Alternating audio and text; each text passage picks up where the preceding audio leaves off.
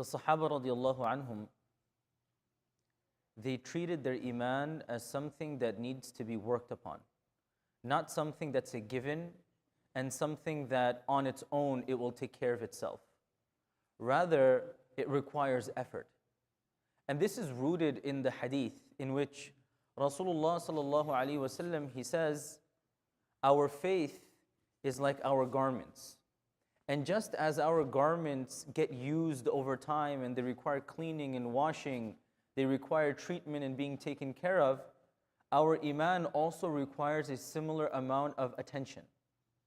The hadith that we've been covering the past few days, min husni islam al-mar'i tarkuhu ma la ya'ni, that from the beauty of one's Islam is that they do not delve into things that do not concern them, things that are irrelevant, things that have no worldly or ukhrawi benefit to them. When we think about this hadith, let's always remember the first part. Min husni Islam, from the beauty of Islam, from the highest level of Islam.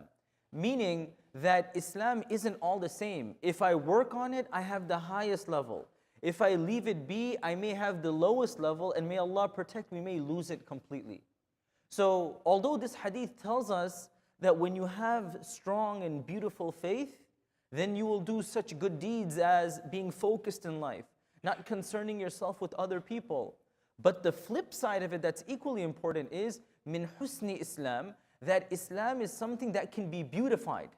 Think about our clothing. When Nabi Sallallahu Alaihi Wasallam said our iman is like our clothing, I can either go to work just wearing my pajamas, I could be wearing tattered up clothes, or if I have a meeting, I'm going to make sure I'm dressed properly, I have the right watch, I have a good cologne on, I have a good smell on, I'm presented, I'm groomed properly, I have proper hygiene, and I'm presentable. Another person comes, tattered clothes, doesn't smell good, smells awful, didn't even wash his face, just runs to work.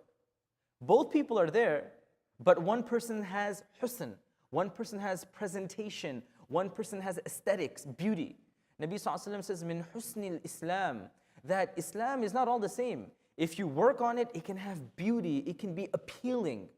And that is the Islam that is not only contained in the heart, but it spreads like musk. And people around that person can notice, you know what, there's something unique about this person. Wherever this person goes, it is as though that place is better.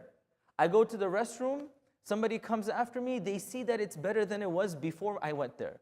Somebody goes to pick up their sandals and they'll realize, okay, you know what, there's no obstruction over here. Somebody's going to park their car, they're going to notice, okay, you know what, there's nobody blocking the road. Somebody's going to go pick up their groceries or use something, and they'll realize that the person before me was so mindful to ensure that my experience is good as well. That's one of the beauties of Islam. So may Allah subhanahu wa ta'ala give us husn, may Allah subhanahu wa ta'ala give us beauty in our Islam, and may we beautify our iman more than we beautify our bodies and adorn our own clothes. Ameen ya Rabbil Alameen. Jazakumullahu khairan. Wassalamu alaikum wa rahmatullah.